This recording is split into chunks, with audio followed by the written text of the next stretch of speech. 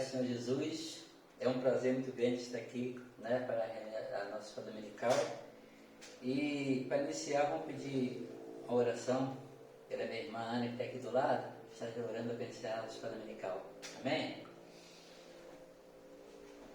Senhor, nosso Deus, Pai querido, Pai amado, nós te louvamos, glorificamos o teu nome por este momento tão feliz, tão alegre, quando nós vamos estudar aqui a tua palavra, Senhor, na escola dominical. Amém, Jesus. Essa revista, Senhor, que esse estudo dessa noite possa ser, ó Deus, um estudo maravilhoso, que nós possamos, ó Deus, estar assim, com nossos pensamentos levados ao trono da tua graça, agradecidos ao Senhor por essa grande oportunidade de poder estar juntamente com nossos irmãos, louvando e glorificando o teu nome. Senhor, venha dar sabedoria ao teu servo, vai trazer a tua mensagem, que ele possa falar do teu Santo Espírito, que o Senhor possa estar falando aos nossos corações através da tua palavra. Amém. Assim nós oramos e te agradecemos em nome de Jesus. Amém. Amém. Obrigado, irmã Ana. Vamos cantar, irmãos. A lição fala sobre bênção, né? O previsto aí que vai ser o nosso professor. Vamos cantar o 179.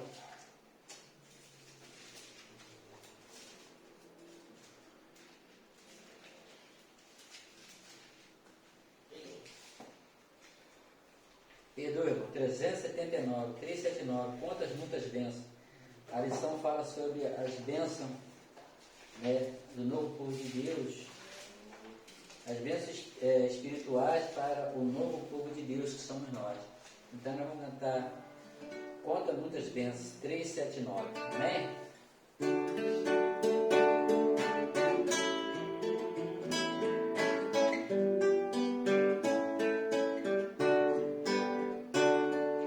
Se das vidas vagas procelosas são, se com desalento jogas todo vão, quantas muitas bênçãos dizer de uma vez, e verás surpreso quanto Deus já fez.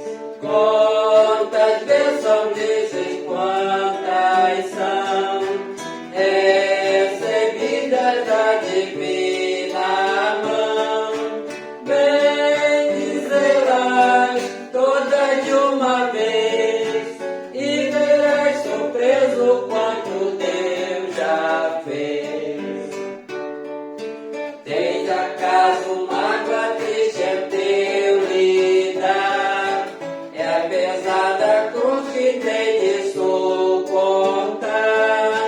Quantas muitas bênçãos logo exultarás, e fortalecido dias passarás. Quantas bênçãos dizes, quantas são, recebidas da divina mão, bendize-las todas de uma vez, e verás surpreso quanto Deus já fez.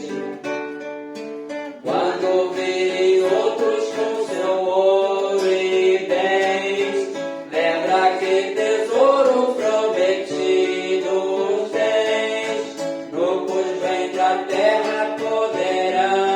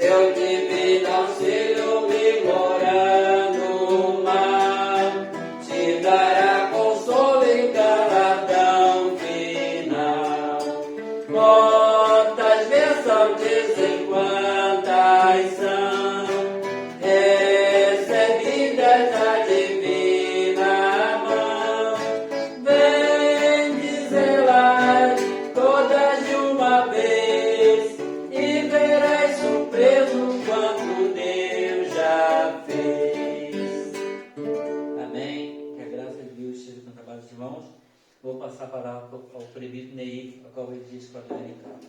Amém? Muito bem. Amém. Queridos, graça e paz a todos, motivo de muita alegria, né? Poder estar retomando, na verdade, algumas das atividades da igreja, com essa dificuldade que nós temos, ainda não a liberação, mas nós cremos em Deus, que o povo de Deus, ele se mantém firme e constante, né, com a sua fé em Cristo Jesus. E é um motivo de muita alegria. Quero deixar aqui um abraço grande a todos os irmãos, a você que está nos assistindo nesse momento. Com certeza Deus irá falar ao seu coração. Nós vamos estar dando início a mais uma lição, mais uma revista. Na verdade, nós estaremos iniciando cartas de Paulo a Efésios, Filipenses e Filemon. São cartas escritas pelo apóstolo Paulo, são cartas especiais, e nós estaremos iniciando, né, algumas dessas lições.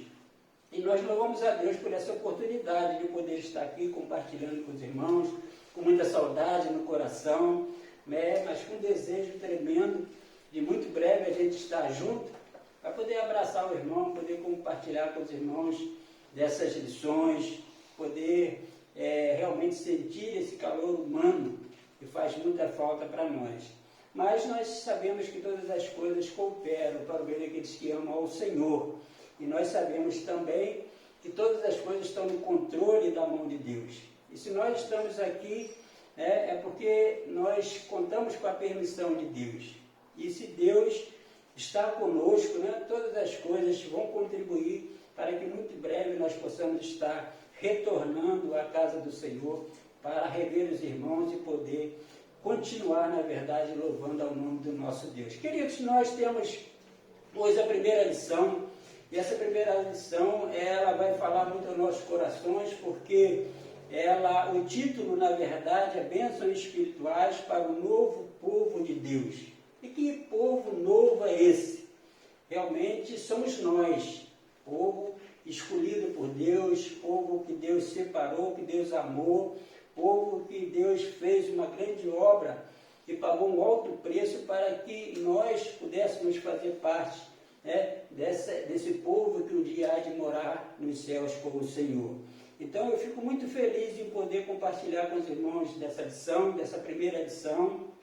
Eu sei que alguns dos irmãos ainda não têm, mas certamente vocês estarão recebendo, aqueles que porventura não tiverem, mas é uma lição muito interessante, né? A gente está mostrando aqui a capa dela, e Efésios, Filipenses e Filemon, né? Então o assunto de hoje, a primeira lição para nós é justamente essa: bênçãos espirituais para o povo, o novo povo de Deus. Bênçãos espirituais para o novo povo de Deus. E eu gostaria de ler com os irmãos, na verdade, a carta de Paulo aos Efésios, no capítulo de número 1, onde será a base do nosso estudo, né? Eu gostaria de compartilhar com os irmãos Efésios, capítulo de número 1, nós vamos estar lendo do verso 1 até o verso de número 14, que faz parte, né, dessa primeira lição aqui. É o texto básico. Nós temos aqui o versículo-chave, que vai estar no verso de número 7, mas o texto básico para nós é Efésios 1, de 1 a 14. Eu gostaria de compartilhar com os irmãos dessa leitura. E diz assim a palavra do Senhor: Paulo, apóstolo de Cristo, Jesus Cristo, pela vontade de Deus, aos santos que estão em Éfeso e fiéis em Cristo Jesus, a vós graça e paz da parte de Deus, nosso Pai, e do Senhor Jesus Cristo. Bendito Deus e Pai de nosso Senhor Jesus Cristo, o qual nos abençoou com todas as bênçãos espirituais nos lugares celestiais em Cristo, como também nos elegeu nele antes da fundação do mundo, para que fôssemos santos e irrepreensíveis diante dele em santidade e caridade.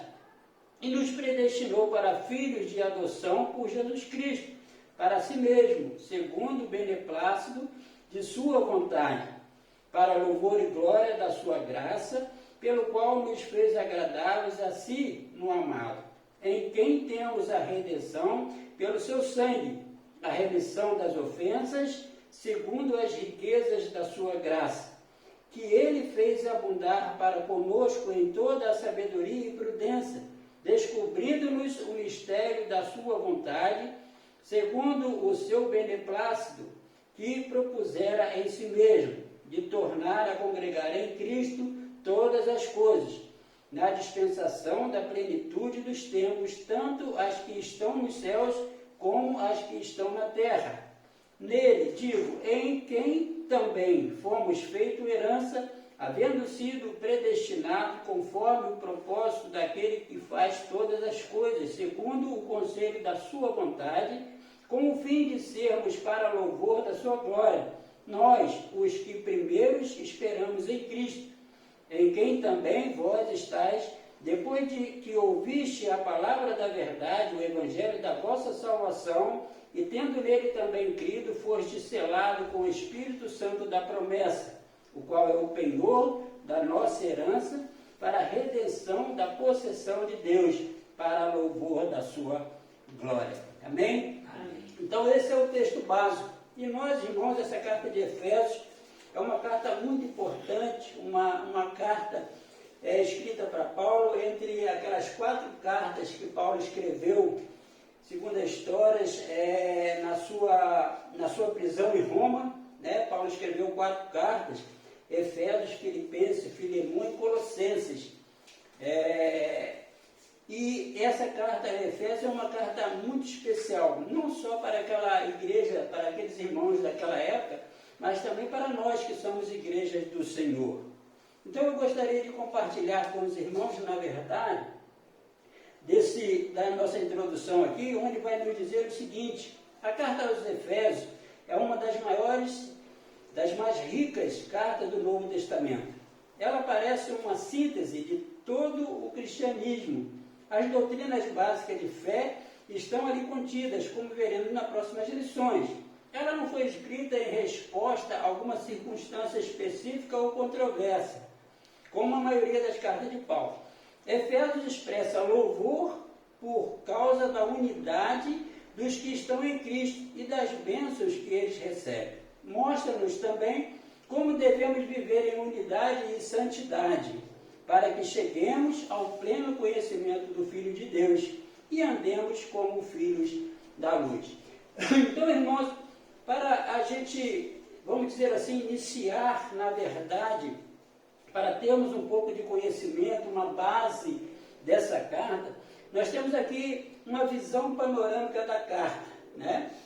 Vai falar do seu escritor, quem escreveu, na verdade, porque escreveu, para quem, qual é a mensagem, qual é o tema central dessa carta. E aí a gente já sabe no versículo de número 1 e 2 que essa carta foi escrita por Paulo. Então Paulo é o autor dessa carta, né?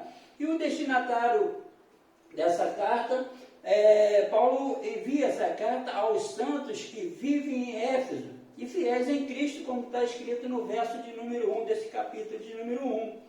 Éfeso, originalmente uma colônia grega, mas na época de Paulo, capital da província romana da Ásia. Era a sede do culto da deusa Diana, né? A gente já ouviu muito falar a respeito desse templo, né, que existia ali, da deusa Diana.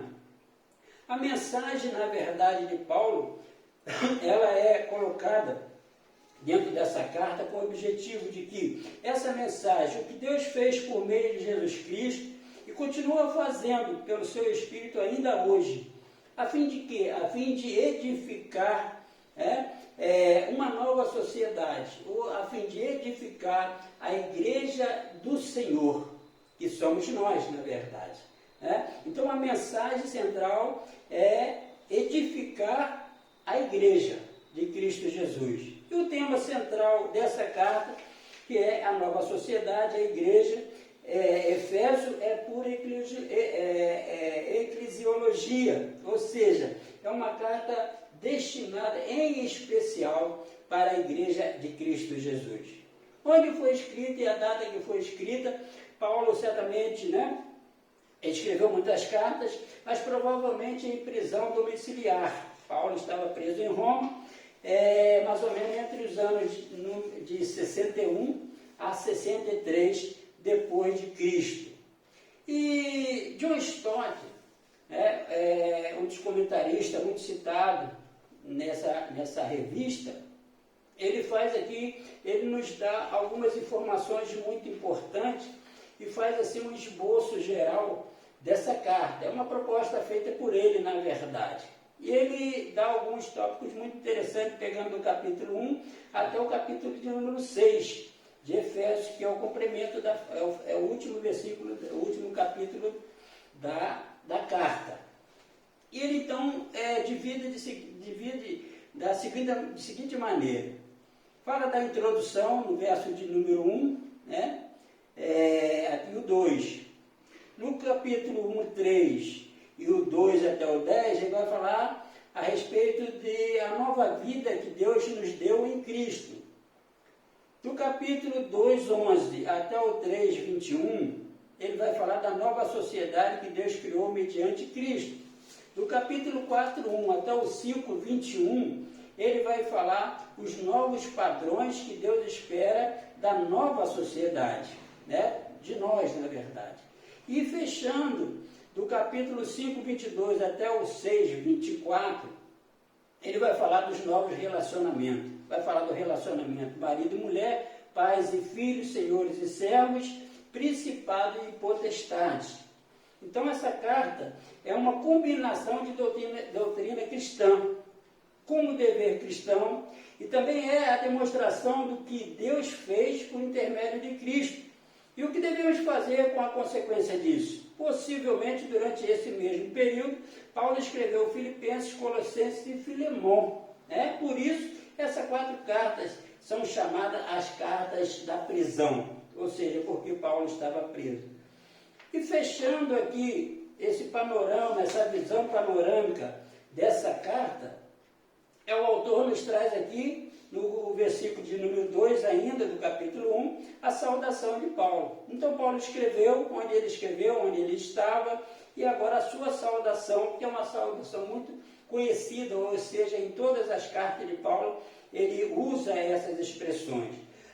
Graça a vós outros e paz da parte de Deus, nosso Pai, e do Senhor Jesus Cristo. Graça era a saudação grega da época, graça. E paz era a saudação hebraica. Era muito comum, na verdade, essas saudações. E Paulo então pega essas duas palavras, junta as duas palavras e usa em suas cartas, dizendo o seguinte: graça e paz. Ele traz, na verdade, para nós o esclarecimento de que na cruz de Cristo não existe barreiras. Na cruz de Cristo não existe separação. Pelo contrário, a cruz de Cristo nos une. Então, tanto a saudação grega como a hebraica, em Cristo Jesus torna-se uma, porque nós fazemos parte de um povo escolhido por Deus. E a cruz de Cristo, ela tira das trevas, tira do lamaçal e nos coloca numa só posição. E diante de Deus, pela cruz em Cristo Jesus, todos nós fazemos parte de um povo só. Glórias a Deus por isso, Mas a revista fala de bênçãos, E depois desse panorama, dessa carta, essa visão panorâmica dessa carta, a gente entra aqui na questão de ser escolhido, ou seja, a bênção de sermos escolhidos. Coisa boa é quando nós temos essa consciência de que Deus nos escolheu. Olha, e a Bíblia diz que não fomos nós quem escolheu a Cristo, mas Ele nos escolheu primeiro. E somos um novo povo de Deus. E a bênção grandiosa, tremenda para nós, que somos filhos de Deus. Então, Paulo as chama de toda sorte de bênçãos espirituais. Ou toda sorte de bênção espiritual, quando está no verso de número 3. Está inserido isso aí. Então, bênçãos que vêm do próprio céu, dos lugares celestiais, para nós. Interessante notar que no versículo 3 ao 14, só há ponto final no versículo de número 14. Ou seja, Paulo está falando de uma questão só. Paulo está fazendo do versículo 3 até o 14 um assunto só, trazendo para nós. E que assunto é esse? Ele vai falar de toda a sorte de bênção espiritual nas regiões celestiais. Que ele dividiu em bênçãos do Pai, dividiu em bênção do Filho e do Espírito Santo para nós. E quando nós começamos a pensar isso, irmãos, eu fico assim feliz em saber que nós temos um Deus tão grandioso, misericordioso, um Deus tremendo, soberano, criador de todas as coisas, e no entanto Deus nos escolheu, né? Deus nos escolheu. E o que nós fizemos, na verdade, para que Deus viesse a escolher nós, né? A nos escolher. Mas o interessante, irmãos, é que em Cristo, né? Em Cristo, nós fomos escolhidos por Deus. E aí nós louvamos a Deus. E Paulo vai falar a respeito desse privilégio da bênção de ser escolhido pelo Pai, né? Do versículo de número 3 até o 6, ele vai trazer bem claro para nós isso aí, tá bom? Então, antes que houvesse o mundo, Deus nos escolheu. É um pouco complicado às vezes a gente entender essa situação. Antes que existisse qualquer coisa, Deus nos escolheu. Mas como aconteceu isso? Como nós podemos, na verdade, entender isso, né? Entender isso. E aí a gente vai compartilhar com os irmãos alguns pontos interessantes para que não haja dúvida nessa questão. Então, Deus nos escolheu em Cristo, conforme fala o verso de número 4, né? Então, Deus colocou a nós e a Cristo juntos, né, na sua mente. Ou seja, dentro dos propósitos, dentro dos planos de Deus, nós fomos colocados juntamente com o seu Filho, com Cristo Jesus. E o autor, eu achei muito feliz aqui quando ele escreveu essas palavras, porque é muito clara, né? É muito clara a linguagem aqui usada, a escrita aqui feita, ela é muito clara para nós, nos abre o entendimento, para que nós possamos ainda mais galgar conhecimento, né? Na palavra de Deus. Então, Deus colocou na sua mente nós e Cristo, né? Nós e Cristo. Resolveu tornar-nos seus próprios filhos através da obra redentora de Cristo. Olha que coisa interessante, irmãos, isso aqui. No capítulo 1, verso 3 ao 20, né? 3, e depois também no 2, 6, 3 e 10. É interessante notar que toda essa colocação aqui, tudo aquilo que o autor, que Paulo traz para nós, através dessa carta, nesse primeiro capítulo, é de uma clareza tremenda para nós, porque se a gente começar a olhar para dentro de nós, a gente vai ver que não tem mérito, não existe nada em nós que possa ter levado Deus a nos escolher. Mas quando nós olhamos para a cruz de Cristo, né, o sacrifício que Ele fez em nosso favor, o que cabe a nós, irmãos, é viver uma vida de gratidão.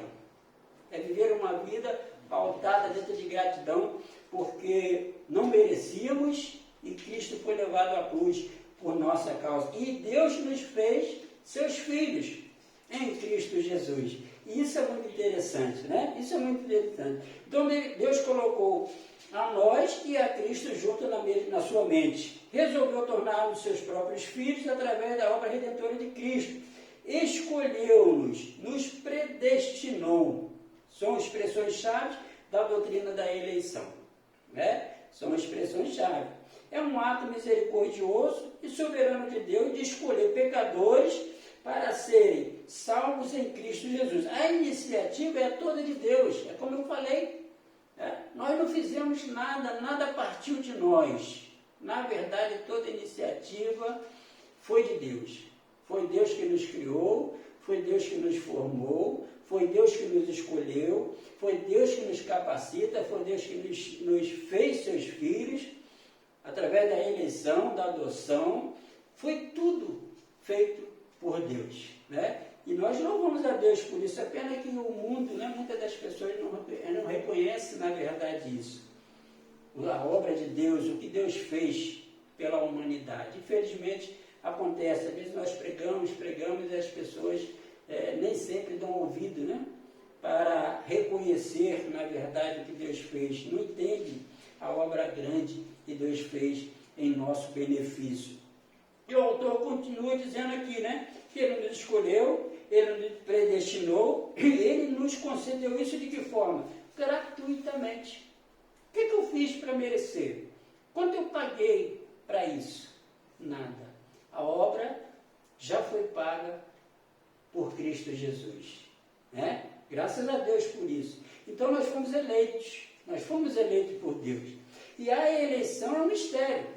É difícil, às vezes, na nossa ótica humana, a gente entender essa questão da eleição. Por que Deus nos elegeu? É misericordioso? Glórias a Deus. Toda honra, toda glória pertence a Deus. Mas, às vezes, quando nós olhamos simplesmente por conhecimentos humanos, ou procuramos, né, um pouquinho da nossa sabedoria, entender isso, às vezes, aqui para nós, né, às vezes dá até um nó na nossa cabeça e a gente não consegue entender aquilo que Deus fez nessa questão de eleição. Mas a eleição, então, irmãos, é um mistério. Não devemos, olha só, sistematizá-la. No entanto, aqui, um dos comentaristas aqui, John Stott, ele sugere 4 verdades importantes a serem aceitas e lembradas a respeito da eleição. Então, a partir de agora, a gente vai poder entender melhor essa questão da eleição. Ele divide aqui, então, em 4 verdades.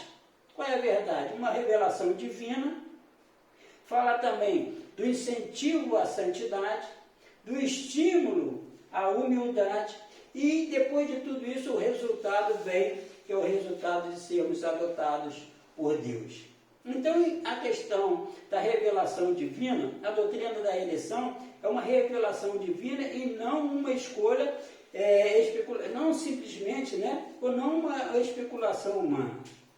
É uma doutrina bíblica. Romanos vai falar a respeito, Paulo escrevendo aos Romanos, vai falar isso no capítulo 8, verso 28. E temos aqui alguns textos, né, conhecidos. E no Novo Testamento, Deus está formando uma comunidade internacional para que sejamos seus santos, seu povo santo e especial. Olha só, meu querido, a eleição, quando nós olhamos, né, nessa ótica de ser uma revelação divina, Deus nos chamou, na verdade, para que fizéssemos parte, ou viemos a fazer parte, né, dessa comunidade chamada igreja, para que sejamos santos, sejamos participantes de um povo santo, de um povo especial. E Pedro escreveu isso, né?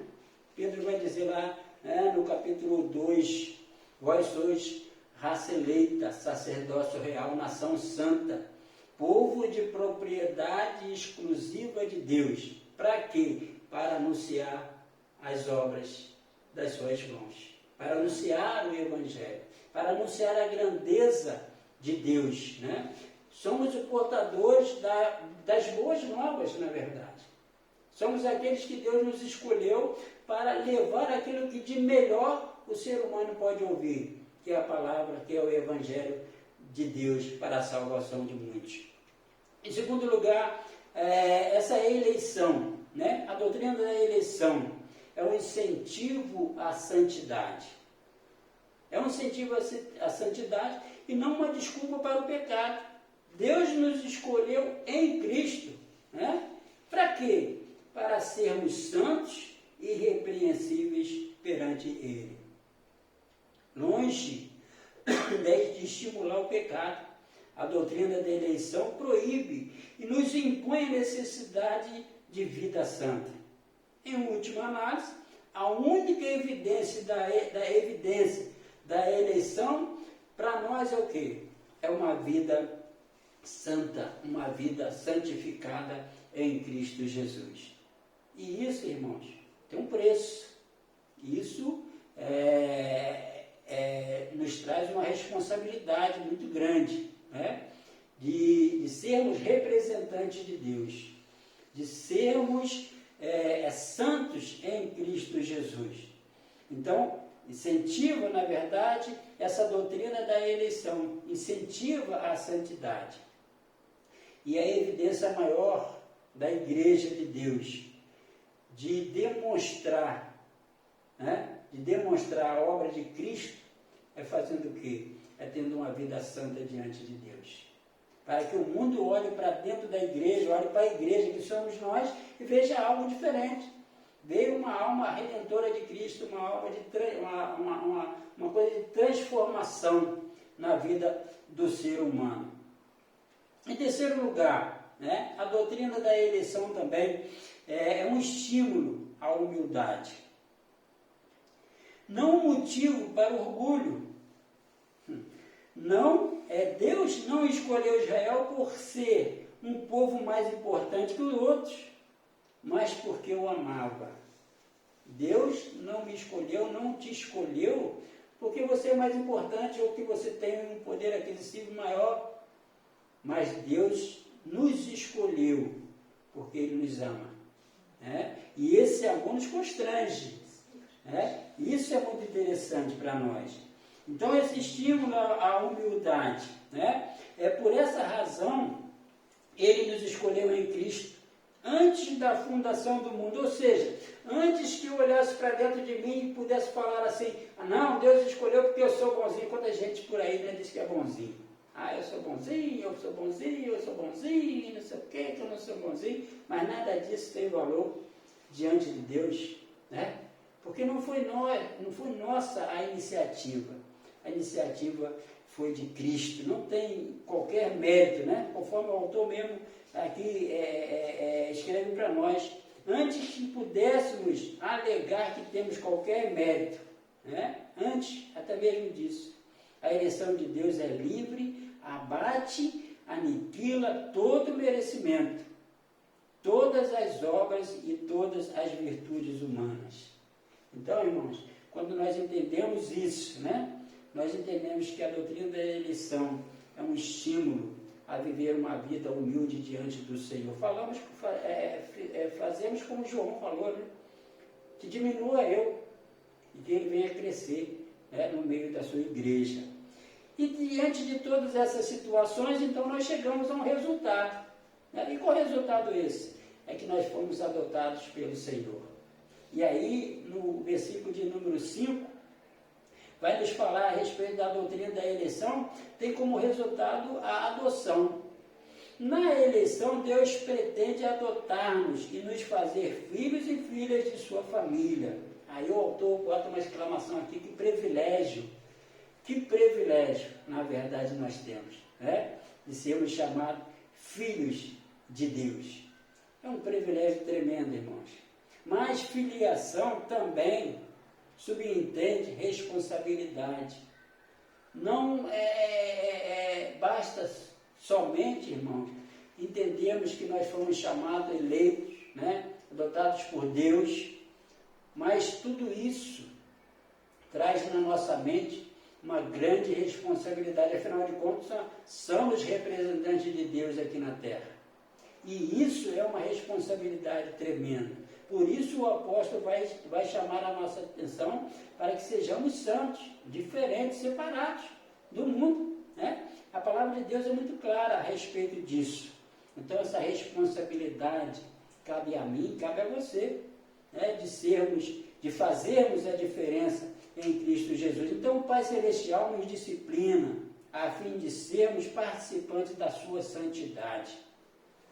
Hebreus capítulo 12, verso de número 10 vai falar isso. A expressão que parece unir o privilégio e a responsabilidade da nossa adoção é perante Ele, ou seja, na presença dEle.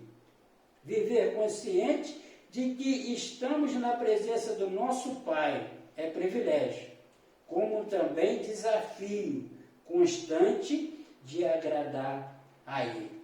Então, a minha vida, a sua vida, é pautada em desafios. Quando nós entendemos que fomos chamados por Deus, eleitos por Deus, adotados por Deus. Essa responsabilidade tem que estar na nossa mente o tempo todo, para que nós possamos fazer a diferença, porque afinal de contas, nós não entramos na presença de Deus, nós estamos constantemente na presença de Deus.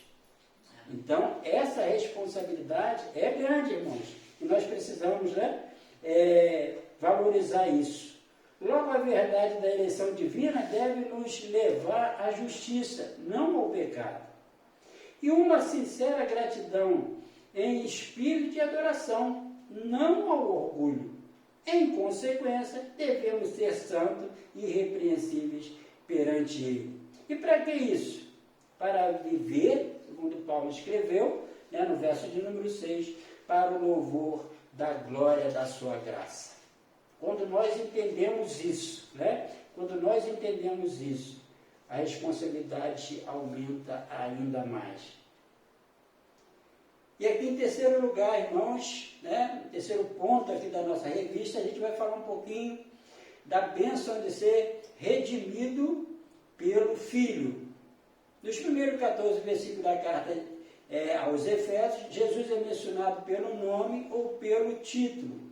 Aí a gente tem uma lista aqui, Cristo Jesus, Senhor Jesus Cristo, amado Cristo, ou por pronomes, ele, dele, nele, nada menos que 15 vezes. E a frase em Cristo ou nele ocorre 11 vezes. Paulo quer nos mostrar que em Jesus as nossas bênçãos são completas. Vejamos então, irmãos, 3 bênçãos que o apóstolo descreve para nós. 3 bênçãos aqui. A bênção da redenção, a bênção da unificação e a herança. 3 bênçãos que nós não podemos esquecer. 3 bênçãos que devem estar nas nossas mentes o tempo todo. Na questão da redenção, a questão da unificação e a nossa herança. A herança que nós temos em Cristo Jesus. Então a palavra denota uma remissão de dívida mediante o pagamento de determinado valor. Em Cristo fomos libertados das algemas do pecado, da escravidão imposta por Satanás. Estávamos presos, estávamos algemados. E essa redenção em Cristo faz com que nós passemos a ser livres. Então, o preço da liberdade, o meio pelo qual a remissão foi obtida, foi o que? Foi o sangue. Foi o sangue de Cristo derramado na cruz. O sangue de Cristo faz a diferença, E esse termo sacrificial traz a lembrança do sangue das vítimas ofertado a Deus na economia do Antigo Testamento. Quando a gente volta lá no Antigo Testamento a gente traz à nossa memória os animais sacrificados.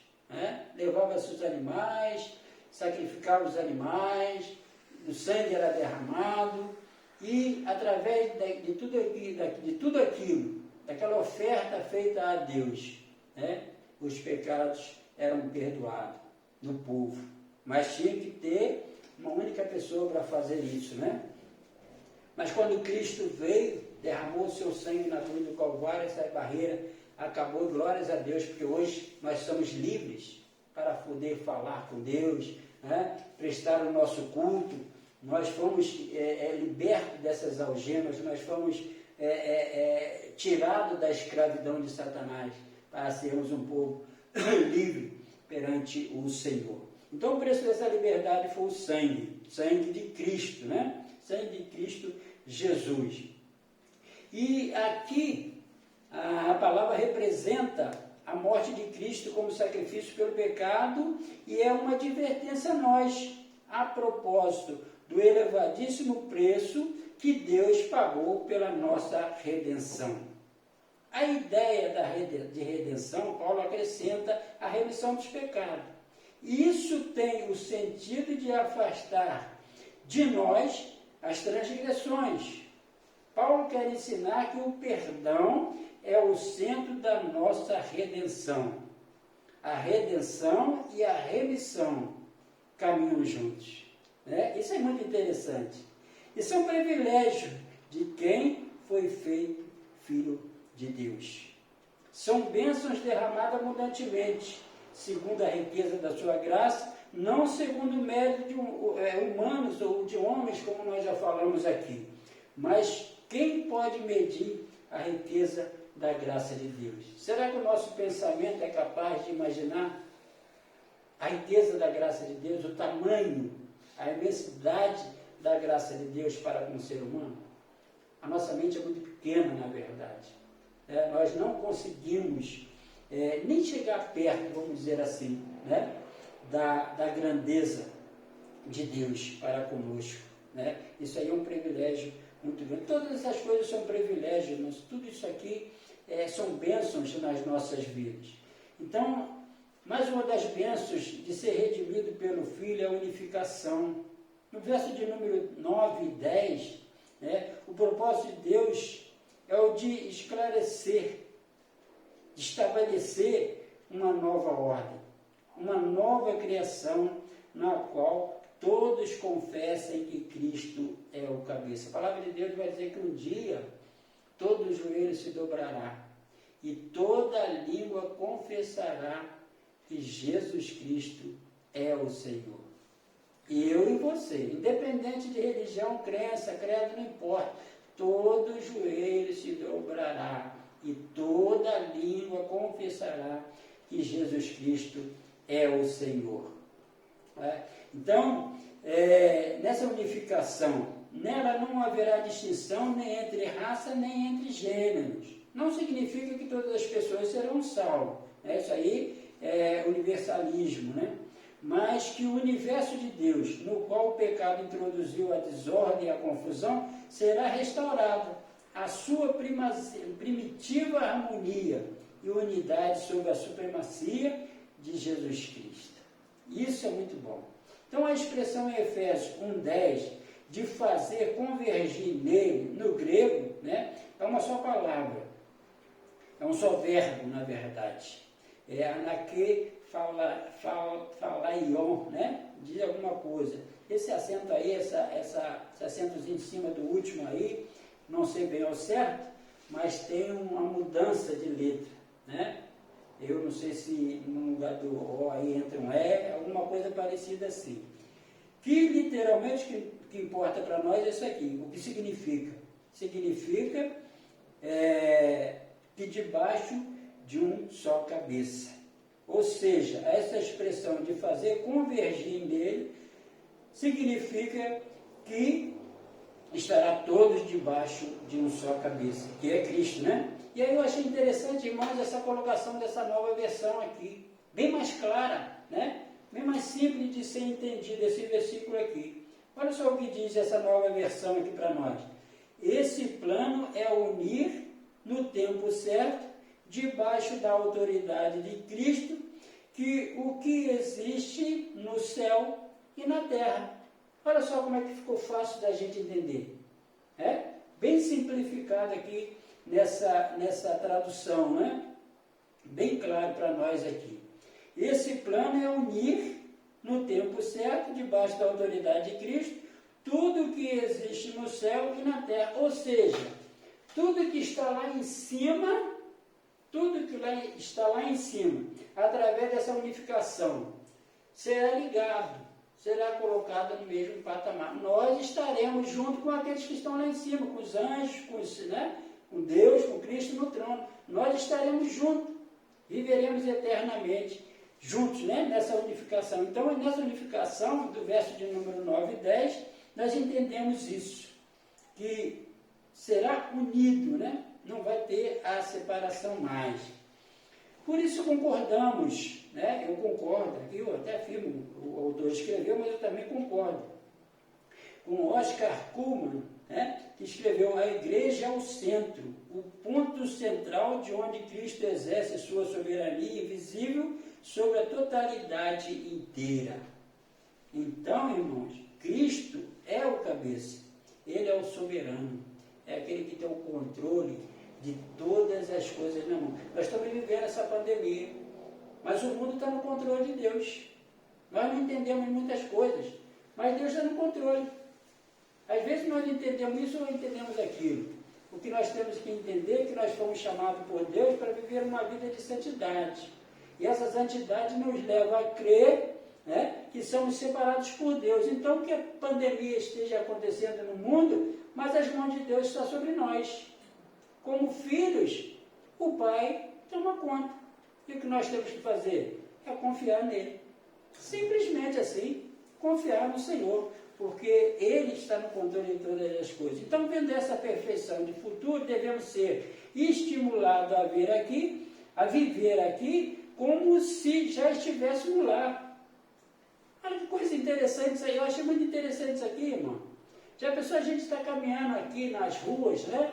Nesse caso aqui em Aquários, mas você aí em Casimiro, você em São Pedro, em Rio das Ostras, você caminhando na rua com o sentimento de que você está caminhando nas ruas de ouro, no céu. Que prazer, né?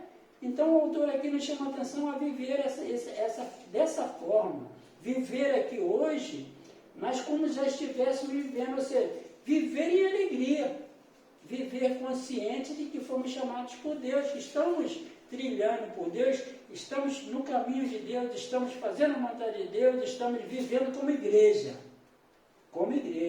como um corpo que tem o cabeça Cristo Jesus. Em terceiro lugar, que nós podemos ver aqui, na questão bênção de ser redimido pelo Filho, é que nós estamos inseridos aqui também na herança. Então, a interpretação mais provável é que nós somos a herança, ou seja, propriedade particular. Falei o versículo de Pedro, né? Pedro 2, primeira carta de Pedro 2, 9. Nós somos, na verdade, a herança de Deus. Isso tem ideia similar no Antigo Testamento. Tem vários textos aqui. Pedro, né? Primeira carta de Pedro 2,9, como nós já voltamos a repetir, somos a sua herança por causa da sua vontade e para o louvor de sua glória. Irmãos, quando nós entendemos isso, nós temos que procurar viver a nossa vida de forma diferente. Eu não posso continuar pensando em mim. Eu não posso ficar limitado a paredes. Eu não posso ficar limitado a uma lei que poderia me proibir de sair de falar do Evangelho. Na verdade, nós fomos libertos por Deus para anunciar. Pedro fala isso, né? Esse autor aqui, ele frisa, ele repete aqui várias vezes esse texto de 1 Pedro 2,9. Porque, na verdade, nós somos isso que está escrito lá. Somos de uma geração, um novo povo, uma geração santa. Nós somos de uma propriedade exclusiva. Jesus comprou, pagou o preço de sangue, então ninguém vai arrebatar da mão do Senhor. Nós somos filhos de Deus. Né? Nós somos filhos de Deus. E aí, irmão, nós temos essa herança, né? Nós fazemos parte dessa herança, a herança de Deus. Somos em Cristo, né? Essa propriedade particular, essa propriedade exclusiva de Deus. Satanás não tem domínio sobre as nossas vidas. Ele não vai nos tocar, ele não vai nos arrebatar, ele não vai tirar, né? Mas Deus, que está no controle das nossas vidas, faz com que nós entendamos que nós pertencemos a Deus. Então, o alvo de Deus é que a sua glória, ou seja, a revelação de Deus, venha a ser conhecida por meio de quem? Por meio do seu povo, por meio da igreja do Senhor. E nós, como igreja do Senhor, temos essa responsabilidade, né? De fazer com que o mundo conheça a revelação, a glória de Deus. Então, o autor coloca aqui uma pergunta muito interessante, duas perguntas muito interessantes. Como o senhorio cósmico de Cristo, ou seja, o domínio que ele terá sobre todas as coisas, aumenta a sua confiança e esperança nele? Realmente você acredita que um dia tudo estará debaixo de um só cabeça. Uma certa ocasião eu vi conversando com um pastor e ele, no momento de descontração com algum dos membros, ele perguntou se os membros tinham certeza da salvação. Você tem certeza que você vai para o céu? E paz, meus irmãos, uma grande parte ficou em cima do muro. Né? O pastor falou assim, eu tenho que dar um alimento melhor para essas minhas ovelhas, porque eles não têm a convicção de que estarão, quando partir dessa vida aqui, estarão com Cristo. E você? Você tem convicção da sua salvação? Se Deus te levar hoje diante dessa pandemia que está por aí, todos nós estamos sujeitos, né? Ainda que tomamos as nossas medidas aí de precaução, tudo direitinho, mas se Deus nos levar, você tem convicção, tem certeza de que você vai estar descansando no braço do Senhor? Pense nisso. É um momento, ainda tem tempo, né? Ainda tem tempo. Queridos, em último lugar, né? Caminhando aqui para a nossa parte final das bênçãos. Tem uma bênção muito especial agora. Bênçãos espirituais para o novo povo de Deus. E aí nós chegamos, né, na bênção de ser selado com o Espírito. Tem muita gente que não entende isso aqui. Né? Tem muita gente que não entende isso aqui. O fato de sermos selados, sermos de uma vez comprados, né, por Deus, através do sangue, conforme nós já falamos, né? Diante de todas as situações, irmãos, eu quero dizer para mim e para você, falo para mim, falo para você, né, para a Igreja de Cristo, nós temos um selo, nós temos uma garantia, né? A garantia de sermos pertencentes a um reino de Deus é o selo que Deus nos deu através do Espírito Santo. E aí como é que você entende isso? Quando nos convertemos, recebemos o Espírito Santo, né? Todos nós, quando abrimos os nossos olhos do entendimento e reconhecemos a voz do Espírito Santo falando, fazendo com que nós viemos a nos converter, né? De imediato Deus coloca dentro de nós o seu Espírito. Isso aí é a garantia que nós fazemos parte de um povo novo, né? De um novo povo, de uma nova geração. Então, quando nós convertemos, recebemos o Espírito Santo. Ele nos dá a certeza que Deus está ativo em nós. Pode um crente, né? Pode uma pessoa se dizer crente sem ter o Espírito Santo nele? É difícil, né? Não tem como acontecer isso, porque o Espírito Santo é a garantia que Deus nos dá de sermos filhos, né? De sermos pertencentes ao seu reino. Então, irmãos, é o Santo Espírito da promessa citado pelos profetas do Antigo Testamento. O profeta Ezequiel falou isso no capítulo 36, né? Falou muito claro isso. E também prometido por Jesus a seu povo. João escreveu isso no capítulo 14. Paulo utiliza duas imagens para sublimar a significação do Espírito em nossas vidas. São dois pontos muito interessantes. Duas imagens aqui escritas por Paulo, né? É o selo e o penhor. São duas imagens aqui muito interessantes que nós não podemos, nem devemos, nunca nos esquecer disso. Que nós temos o selo e temos o penhor. De que forma? Então, o selo é a presença do Espírito Santo no seu povo. É a prova de que este pertence a Deus. O Espírito Santo é a marca distintiva do cristão. Então, se você não tem o Espírito Santo, você precisa se converter ao Senhor.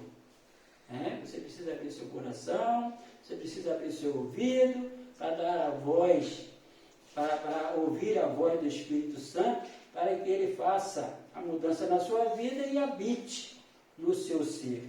Isso que é interessante para nós. Então, é a prova, né, que pertencemos a Deus. É o selo do Espírito Santo na vida do ser humano. O selo com o Espírito fala de propriedade. Aí, o prefeito Ezequiel está aqui, né? Acredito que ele tenha marcado algum boi na época de pastor lá no gado, né? Então o que acontece? Tem uma marca. O boi, né? Acho até uma covardia, né? Esquenta aquilo na brasa, no fogo, quando aquilo está vermelho, né? E vai, esquenta e queima o couro do animal, né? Marcando ali com as iniciais, às vezes, do proprietário. Aquilo ali significa que aquele boi, aquele gado, tem dono. E o dono é conhecido pelas iniciais que está ali. Então o gado, até mesmo no escravo também acontecia isso, né? Era marcado com um selo pelos seus donos, a fim de indicar a quem pertencia. Deus colocou o seu Espírito dentro do seu povo para marcá-lo como sua propriedade exclusiva. Então eu e você temos dentro de nós o Espírito, né? O Espírito Santo de Deus. Isso é muito interessante. Isso nos dá força, né? Quando nós estamos passando por um momento, às vezes, de dificuldade, de problema, assim, de angústia, alguma coisa, e nós oramos ao Senhor, o Espírito Santo traz um alento, traz, né, como uma brisa suave dentro de nós, e aí nos incentiva a caminhar com mais firmeza. O selo com o Espírito fala de segurança, fala de propriedade, mas também fala de segurança. A Bíblia tem várias ilustrações desse uso. Quando o rei Dário ou Dario selou a boca na cova dos leões, Daniel não tinha condições de sair. Né? Ali em Daniel fala a respeito disso no capítulo 6. E o rei chegou, né, colocou ali sobre a porta, né, a entrada ali, a boca da cova ali, colocou uma pedra ali e selou para que ninguém entrasse. Ele e algumas autoridades, né, selaram ali para que ninguém mexesse naquilo ali. Era um selo de segurança. Era um selo de segurança. No tempo da rainha Esther, o rei usou o seu anel para selar suas cartas e documentos. Nós vemos ali também, né? No capítulo 8, verso de 8 de Esther. E Pilatos também fez a mesma coisa quando ordenou que os soldados guardassem o sepulcro como bem vos parecer, disse ele. E eles selaram a pedra do túmulo. Mateus escreveu isso no capítulo 27. Então, irmãos, nós temos o selo, né? O selo do Espírito Santo. É a marca de Deus, né? Como propriedade. E também temos o penhor. Somos o penhor, né? Ele, o Espírito Santo, é o penhor na vida. E o que é o penhor? O penhor é aquilo que é dado como garantia, né? Penhor é dado como uma garantia. A palavra grega para penhor é a rabon, né? De origem semítica, cujo sentido original vem do meio comercial. Quando uma pessoa comprava algo e dava uma quantia em dinheiro, como espécie de entrada, sinal ou primeira prestação, então eu e você, quando vamos lá, né, numa loja lá e tal, compramos alguma coisa, deixamos lá o nosso nome, endereço, CPF, coisa e tal, telefone, damos uma pequena entrada lá com um penhor de garantia de que nós vamos voltar e terminar de pagar, né? Volte e pague, se você estiver devendo, vai lá e pague aquilo lá, para não ficar ruim. Né? Então, o penhor, essa garantia, né, vem, conforme está escrito aqui, pode ser uma quantia em dinheiro, como espécie de entrada, sinal ou primeira prestação, e aí lá em Gênesis 38, no verso de número 7, fala a respeito dessas condições aí, e posteriormente foi usada no grego para falar de aliança de noivado, né? Quando a gente compra uma aliança, os pastores, quando vai ministrar, eles sempre falam assim, a aliança, ela não tem sinal de emenda, né? Isso significa que isso é uma coisa garantida, isso é garantia, não tem cortado nada no meio ali para que entre uma brechazinha ali, não, aquilo ali é uma coisa muito séria. Então, quando Deus nos deu o Espírito Santo, Ele estava se comprometendo a dar-nos toda a herança reservada para seus filhos no céu.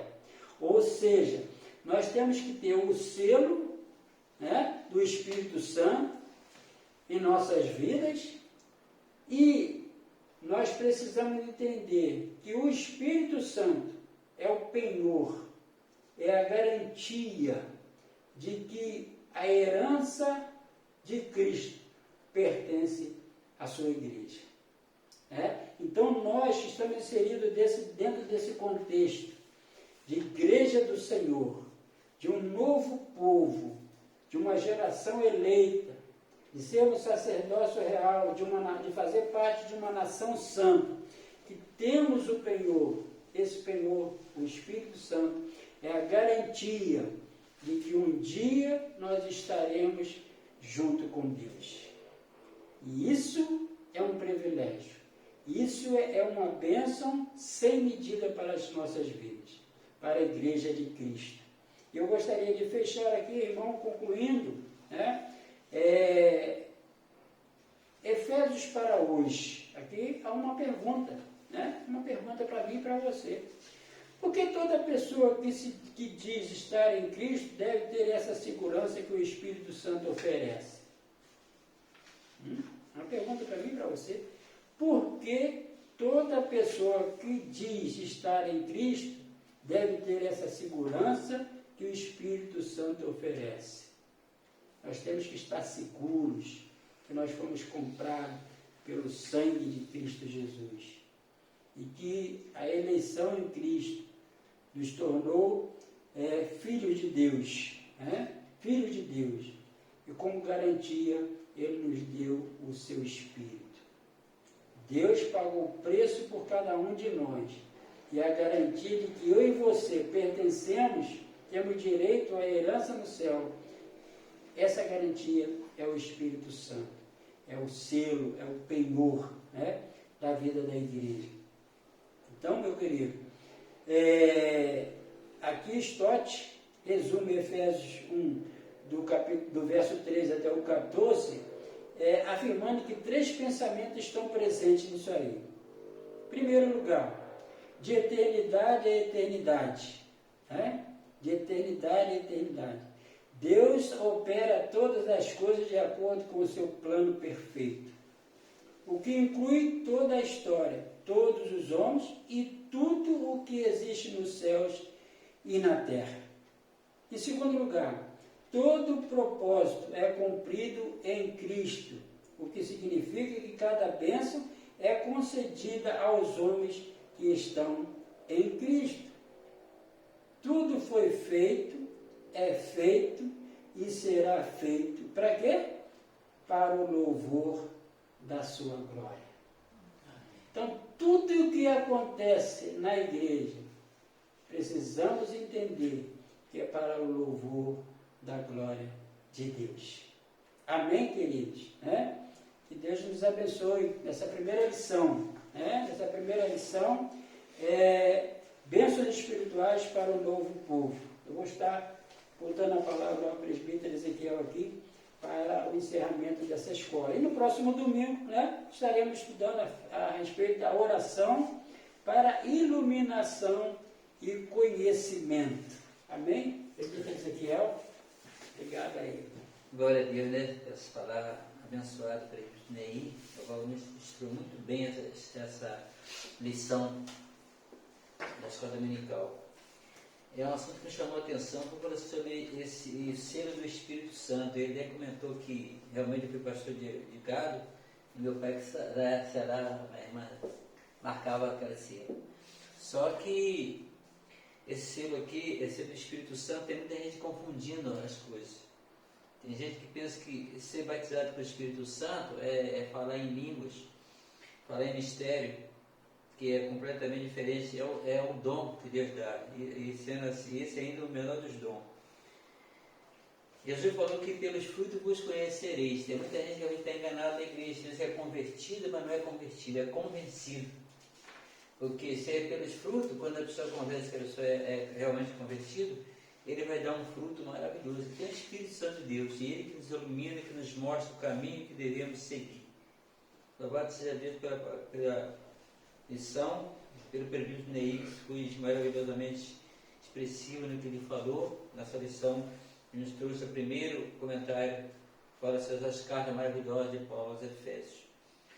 Antes de encerrar, irmão, eu quero mandar um abraço para cada meu irmão, Às vezes a gente deixa até de visitar as pessoas porque a gente se senta comovido, chega lá e poder dar aquele abraço, né? Como a gente gosta de abraçar os nossos irmãos. Mas que o Espírito Santo de Deus possa nos estar a cada dia nos transformando e nós podemos estar a cada dia mais nos aperfeiçoando, santificando a nossa vida para estar junto novamente, louvando e glorificando o Senhor. Para encerrar o culto, vamos cantar o hino 53, que fala junto ao coração de Deus. Se nós estamos junto ao coração de Deus, nós temos paz, porque temos a paz de Cristo, essa paz que o mundo oferece em mim. Amém? Bem junto ao coração de Deus. 53 salmos e hinos.